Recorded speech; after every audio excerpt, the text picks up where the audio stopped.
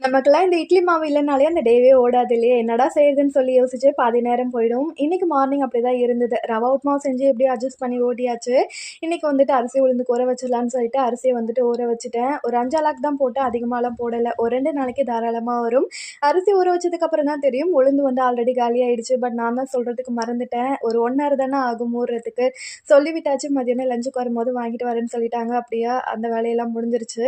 அதுக்கப்புறம் இந்த மாங்காய் வந்து ஊறுகாய் போடலான்னு சொல்லிட்டு ஒரு 2 நாளா யோசிச்சுட்டு இருந்தேன். ஸோ இன்னைக்கு அத வந்து எடுத்துரலாம் அப்படின்னு சொல்லிட்டு ஒரு 4 மாங்காய் வந்துட்டு ஊறுகாய்க்கு எடுத்துட்டு, மத்த மாங்காய் எல்லாத்தையும் பழுக்கறதுக்கு வந்து எடுத்து வச்சுட்டேன். இது ஒரு 4 நாளா ஆச்சு. பட் வந்து அந்த வெளியில பச்சையா தான் வந்து இருக்கும். பட் மாம்பழம் அவ்ளோ டேஸ்ட்டா இருக்கும் இது.